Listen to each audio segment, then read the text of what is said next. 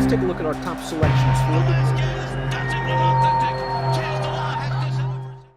Dan Illman, Mike Beer. The feature race at Aqueduct on Saturday is the Maddie May Stakes. 3-year-old fillies going a one-turn mile. These are New York breds. Let's take a peek at this field. It's a pretty competitive bunch. You've got some well-bred New York breds in here, including the 8 Brattle House, Mike. This is a daughter of Malibu Moon that sold for $775,000 as a yearling and made quite the impression at odds-on in her debut back in November.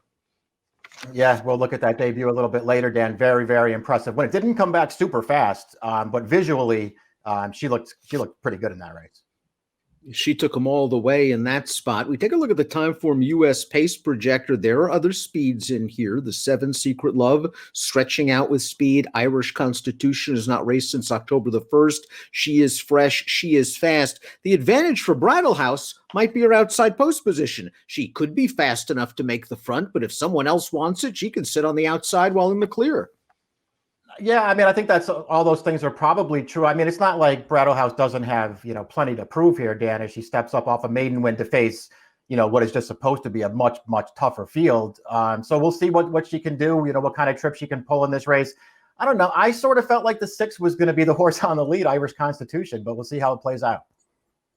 Vacay, the number 1, goes out for trainer Todd Pletcher. She won her first 2 starts, including the Key Sense for New York breds back in November. I thought she got a very good trip in the Key Sense. There was a 3-ply pace stool in front of her. She sat all by herself and then swung around her. Her seasonal debut was okay in the Franklin Square. Now she has to go a mile. Yeah, I wonder if stretching out could be something of a question for her, Dan. I mean, I sort of feel like she's going to handle it, but I guess you never know. Her win in the Key Sense was good. I mean, she obviously took a huge step forward off of her debut. She won that race very easily. I didn't think she ran poorly at all last time, just sort of being down on the inside over that wet track and, sort of chasing the entire way. She was never looked like she was going to win, but I don't think she ran as poorly as it looks. I think she's going to run a lot better in this race.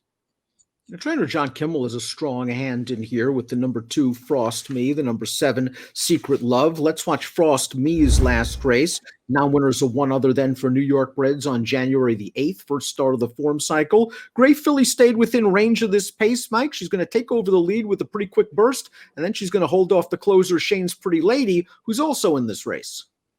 Right. And listen, she obviously another horse who took a step forward in this race. The distance is no problem for her. She's actually won pretty well in all 3 of her starts. I can't say I love this horse, Dan. I think her races are fine. I think this is a way tougher spot for her. So I would personally want a big price on her if I was going to take her, but we'll see what she does. The 3 Make Mischief's only bad race came when shipped to Southern California and running 2 turns in a graded race against the now retired Princess Noor. She was multiple graded stakes placed last year at Saratoga, and I like to give her a break after that Chandelier. First start for Chris Engelhart I thought was really good. Let's watch that race going 7/8 of a mile, non-winners of one other then. Here's Make Mischief, the number 5 on the outside, and she's going to sweep to the front in the stretch. Yeah, I like this return race from her too. That's down on the rail, the 3 there. That's Shane's Pretty Lady with a wide open rail to run through there. She's not good enough. Make Mischief, I thought, took a huge step forward here. This is a filly who obviously showed potential as a 2-year-old. She took the step forward that you would want to see off the layoff. The number 4 teetotaler sold for $500,000 as a yearling, and why not? She's a daughter of Uncle Mo out of the multiple Grade 1 stakes winner Artemis Agriterra, and she finally got to the winner's circle in her 3rd lifetime start. A race we'll show you right now going a 1-turn mile. Now, this race was with Lasix. She'll race Lasix off in the Maddie May, but teetotaler lived up to her 1-5 billing, although this race came back painfully slow, a 47 buyer, and from 3 starts now, her best buyer is a 52. Yeah, she's just not fast right now. We'll see how much better she can get there because she's got to get a lot better. This was basically a race here that she couldn't possibly lose. She did not. I want to say her first 2 starts, just based on her pedigree and connections, were disappointing. But when you look at it, she didn't take that much money in those races. It's almost like they kind of knew that she needed some racing. And she maybe ran a little better than it looks 2 back, where she never got near a very strong rail. Shane's Pretty Lady, we've seen her a couple of times, chasing Frost Me 2 starts back, chasing Make Mischief last time out. She might get the pace she needs, though. She looks like a 1-run closer. Give her some pace, she can come with a run, and I think she'll be an okay price. Yeah, I agree that she'll be an okay price in here. A fast pace in front of her could certainly help her chances. I still wonder if she's good enough, Dan. So far, she hasn't shown that she is. I did think she ran pretty well 2 starts back, though, the only time they went this distance with her. Irish Constitution showed a lot of promise last year. The word was out before her debut. She was very game. She took money that day at Saratoga. They jumped her right up against eventual 2-year-old filly champion Vequist in the spin away. That was too much too soon. She returned with a good effort in the Joseph A. Jim last time out on October the 8th. Let's watch that race right now. Irish Constitution showed good speed. I thought she went an easy pace, and she's just going to get run down at the end by No Mo Spending. Now, she was entered back in December. She was listed as a vet scratch. Trainer Ray Handel said she had a few minor issues here or there, so she's going to have to deal with a layoff and going a mile on Saturday. Yeah, I think she has some potential. Her 2 races against New York breds are both pretty good. This race right here that we're watching, if I'm being honest, then it doesn't make me want to bet her back in this field. But I do think that she could get better.